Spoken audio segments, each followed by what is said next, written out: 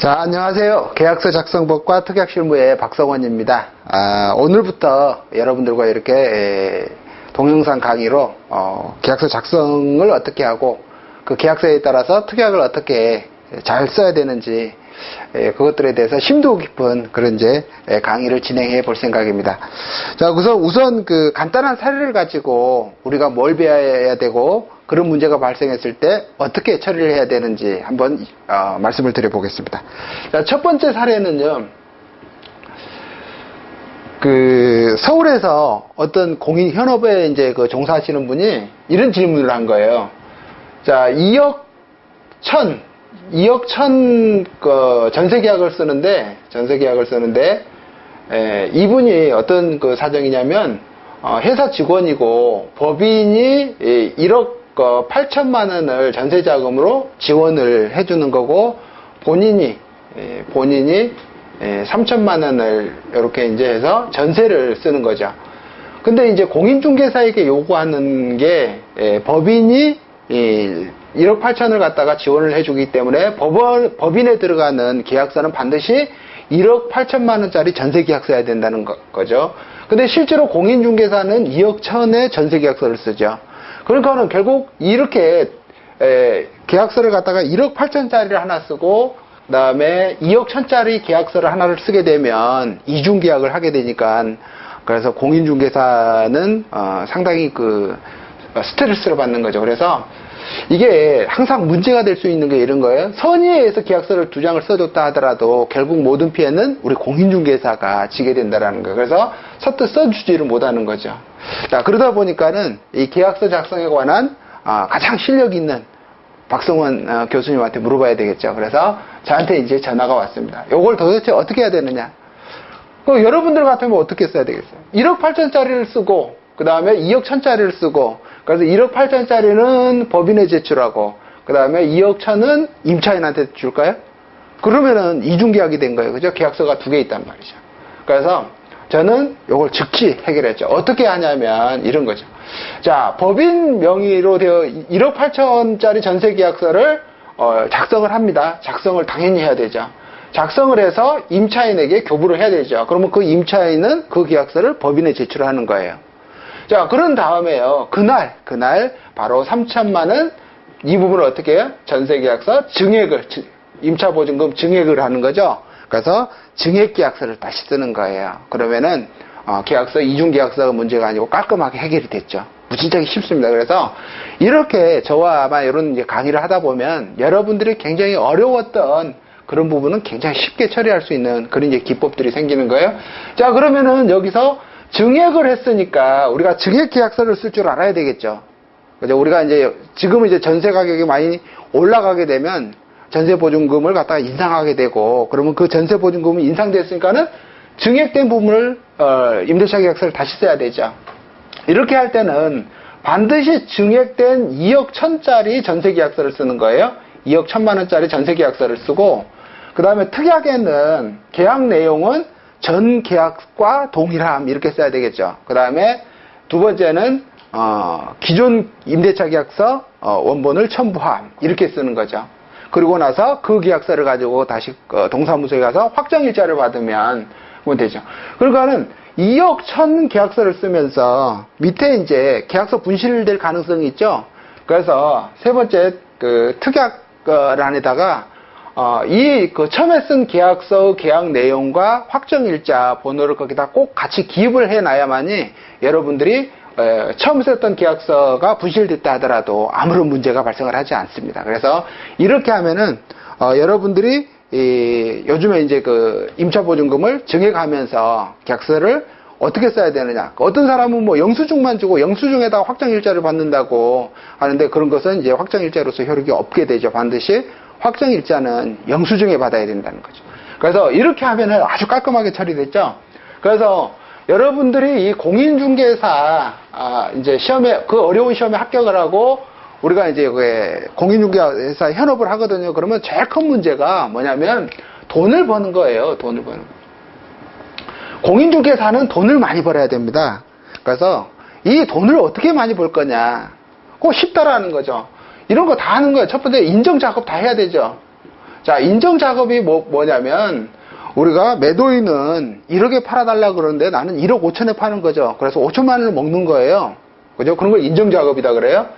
그 다음에, 찍기도 해야 되는 거예요. 어떻게 해요? 부동산 가격이 막 올라갈 때 다세대 주택 싼 거 나온 거 있죠. 그러면 중개업자들이 그 물건을 갖다가 확보를 하죠. 그래서 업계약서를 써서 그래서 파는 거예요.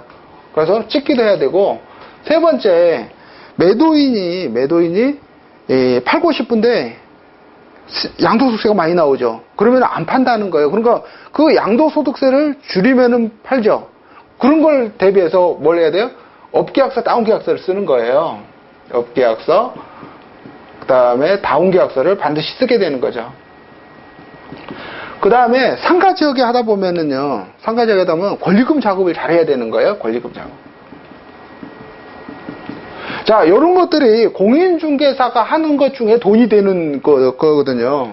근데 만약에 공인중개사한테 반드시 들어오는 건 원래 이제 중개수수료 수입인데, 이 중개수수료 수입 가지고는 공인중개사가 절대 큰 돈을 벌 수가 없다라는 거예요. 그래서 많은 공인중개사 하시는 분들이 이런 작업들을 하면서 이제 돈을 벌게 됐는데, 과거에는 이런 게 아무런 문제가 안 됐었어요. 그래서 많은 사람들이 이렇게 해서 큰 돈을 벌었는데, 지금은 이렇게 되지 않죠. 이렇게 하게 되면은 반드시 공인중개사법 위반으로 해가지고 문제가 발생을 하고 영업정지 아니면 자격증 취소가 된다라는 거죠. 그 다음에 특히 요즘은 뭐가 있냐면 이 파파라치가 많죠.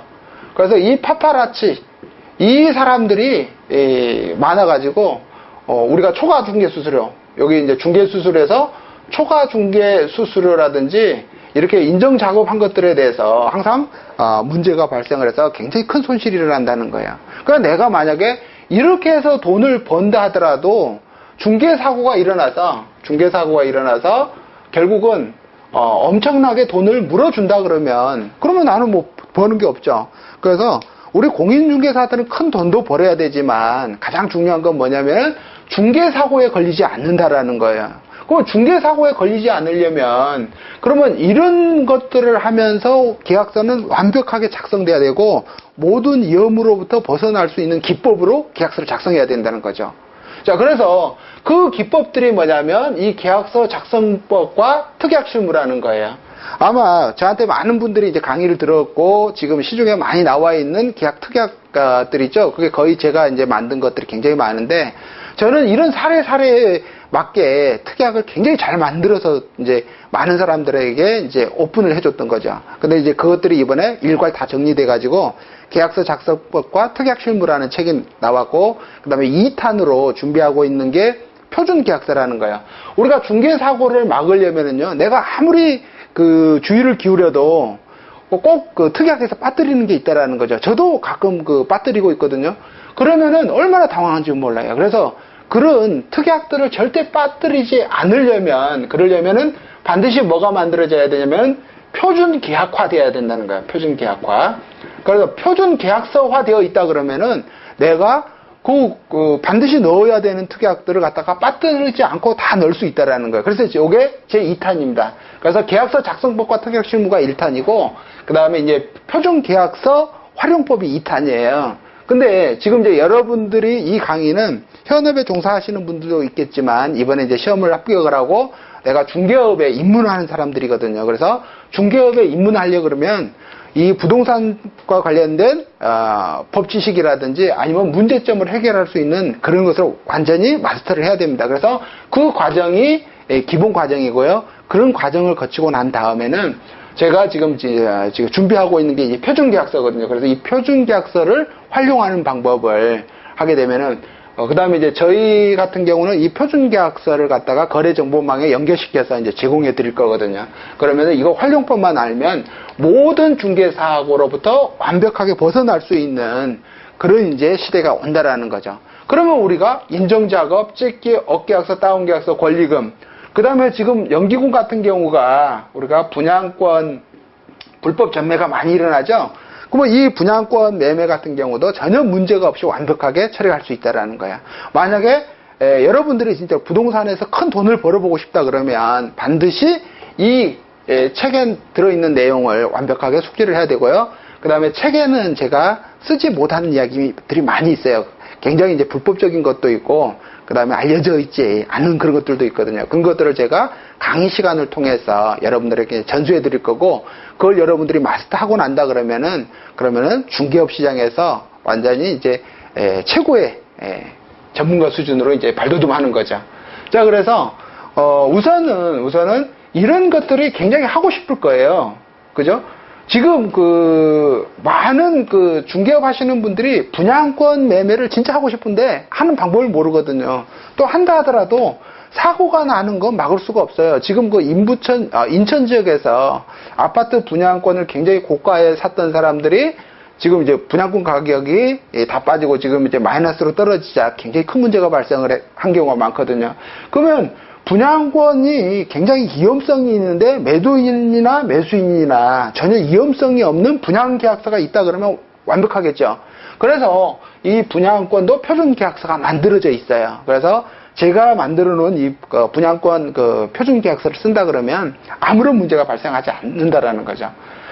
그래서 이런 작업들을 갖다가 합법적으로 완벽하게 만드는 계약서를 작성하는 법, 그걸 여러분들과 지금부터 본격적으로 이제 공부를 해볼 생각입니다. 그래서 이 계약서 작성법과 특약실무라는 책이 이제 거의 2년 동안 준비를 해서 만들어졌는데, 이번에 출간하다 보니까 약간의 오탈자가 있는 것을 확인했는데 그 부분은 아무런 문제가 되지 않습니다. 그래서 여러분들은 이 계약서 작성과 관련돼서 어떠한 기법들을, 어떠한 내용들을 쓸 건지 그걸 저한테 이제 전수 받으시면 그러면 됩니다. 그 다음에 교재 내용을 진행하다 보면 약간 좀 여러분들이 굉장히 궁금한 것들이 많거든요. 그런 것들은 별도로 질문 코너를 만들어서 질문을 이제 받아서 거기에 제가 이제 답을 이제 해드릴 거고요.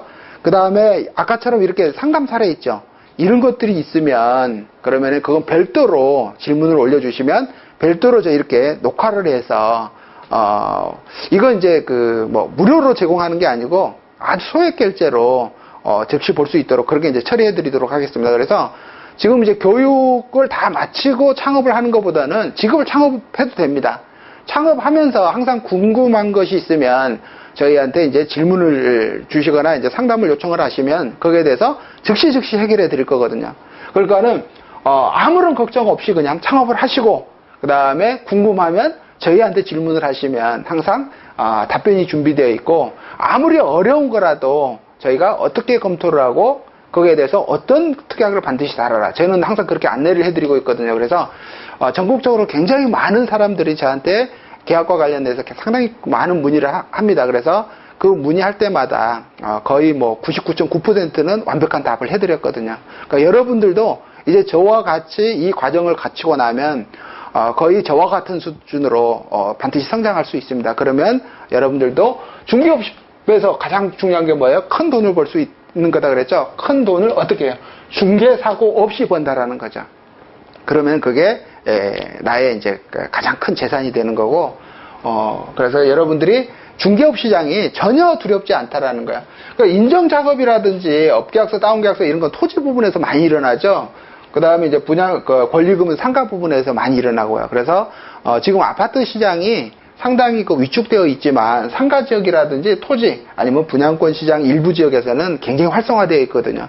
그래서 만약에 우리가 부동산 경기가 살아났다 그러면은요, 저희가 1년에 10억 버는 건 아무것도 아니라는 거예요. 근데 10억 벌어갖고 10억 부동산 사고가 나서 다 물어준다면 그럼 헌일한 거죠. 그래서 여러분들은 반드시 계약서를 표준 계약서로 써가지고 절대로 아무런 문제가 없도록 그렇게 해야 된다는 거예요. 지금 다시 한번 말씀을 드리면 요즘은 어떻게까지 발전을 했냐면 이런 거예요. 저는 이제 좀 이제 부동산 매수하시려고 하시는 분들한테 상당히 재선스러운 이야기인데, 매도자가 있고요. 매도자가 있고 이렇게 이제 매수자가 있겠죠. 근데 저는 이 매수자를 매수자라고 부르지 않아요. 뭐라고 부를까요? 그렇죠. 투자자라고 불러요. 투자자. 왜 투자자냐? 이 매수자는요, 매도자가 갖고 있는 물건을 매수하려는데 생각이 있는 게 아니고 이쪽으로 계약금을 지급하고요. 계약금을 지급하고 결국은 계약을 파기해서 배액 상환을 받으려고